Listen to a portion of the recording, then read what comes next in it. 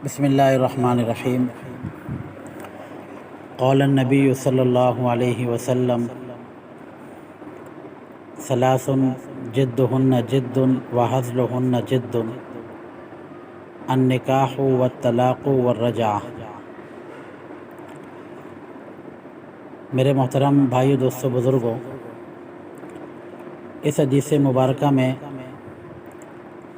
نبی کریم صلی اللہ علیہ وسلم نے 3 چیزوں کی طرف رہنمائی فرمائی ہے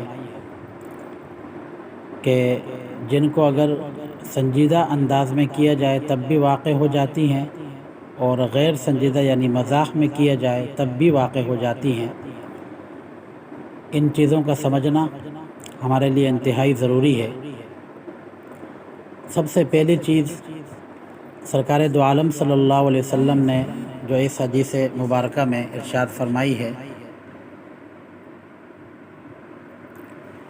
وہ نکاح ہے، یعنی ایک عاقل بالغ مرد اور خاتون ایجاب و قبول کر لیں 2 مسلمان عاقل بالغ گواہوں کے سامنے تو نکاح منعقد ہو جائے گا، چاہے سنجیدہ کریں یا مزاح میں کریں، دونوں صورتوں کے اندر نکاح منعقد ہو جائے گا۔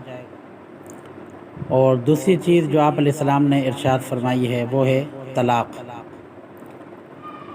حدیث شریف کے مطابق حلال چیزوں میں اللہ تبارک و تعالیٰ کو سب سے مبغوض چیز وہ طلاق ہے اللہ تبارک و تعالیٰ کے نزدیک۔ تو طلاق کے جو الفاظ ہیں اگر بیوی کو مخاطب کر کے کہے جائیں تو طلاق بھی واقع ہو جاتی ہے، اگر سنجیدہ انداز میں کہے جائیں تب بھی واقع ہو جاتی ہے، اور مزاح میں کہی جائیں تب بھی واقع ہو جاتی ہے۔ اس مسئلے کو سمجھنا انتہائی ضروری ہے کہ بسا اوقات ہم ایسے الفاظ کہہ جاتے ہیں اور مزاح ہم سمجھتے ہیں، لیکن وہ حقیقت میں واقع ہو جاتی ہے اور ہمارے علم میں نہیں ہوتا۔ اگر بیوی کو مخاطب کر کے طلاق کے الفاظ کہے جائیں اور اس کے ساتھ عدد کا ذکر کیا جائے، مثال کے طور پر 2 کا عدد ذکر کیا جائے یا 3 کا، تو علماء کرام نے لکھا ہے کہ جتنے عدد ذکر کیے جائیں گے اتنی ہی طلاقیں واقع ہو جائیں گی۔ دوسری صورت یہ ہے کہ طلاق کے عدد کا ذکر تو نہ کیا جائے، البتہ طلاق کے الفاظ کا تکرار کیا جائے۔ اگر 1 مرتبہ کہا جائے تو 1 واقع ہوگی، 2 مرتبہ کہا جائے تو 2 واقع ہوگی، 3 مرتبہ کہا جائے تو 3 واقع ہو جائیں گی۔ یہ 2 صورتیں اس وقت ہیں کہ جب رخصتی ہو چکی ہو، لیکن اگر رخصتی سے پہلے طلاق دی جائے تو ایک ہی طلاق سے بیوی کو طلاق بائن واقع ہو جائے گی۔ اسی طرح کچھ الفاظ ایسے ہیں جس کو کنائی الفاظ کہا جاتا ہے، جن میں طلاق کا بھی احتمال ہوتا ہے اور طلاق نہ ہونے کا بھی احتمال ہوتا ہے۔ اس میں بسا اوقات نیت کو دیکھا جاتا ہے، کبھی کبھی مذاکرہ طلاق کو دیکھا جاتا ہے، کبھی کبھی دلالت حال کو دیکھا جاتا ہے، کبھی عرف کو دیکھا جاتا ہے، اور کبھی کبھی اس چیز کو دیکھا جاتا ہے کہ جو کنائی الفاظ ہیں وہ صریح تو نہیں بن گئے۔ اگر صریح بن گئے ہیں تو پھر نیت کی احتیاج نہیں ہوتی، تو بہت زیادہ احتیاط کی ضرورت ہے۔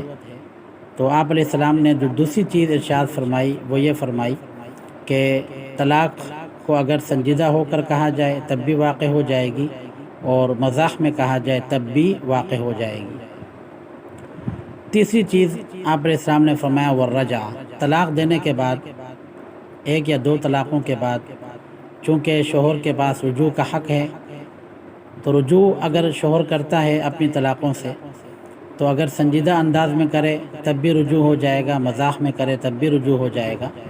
لیکن اگر شوہر نے 3 طلاقیں دی ہیں تو پھر رجعت کا جو حق ہے، رجوع کا جو حق ہے، وہ ساقط ہو گیا اور طلاق مغلظہ پڑ جائے گی۔ تو یہ حدیث بہت زیادہ علمی طور پر فائدے کا ذریعہ ہے کہ 3 چیزیں آپ علیہ السلام نے فرمایا کہ جو مزاح میں کہی جائیں اور سنجیدہ ہو کر کہی جائیں تو دونوں صورتوں میں واقع ہو جاتی ہیں۔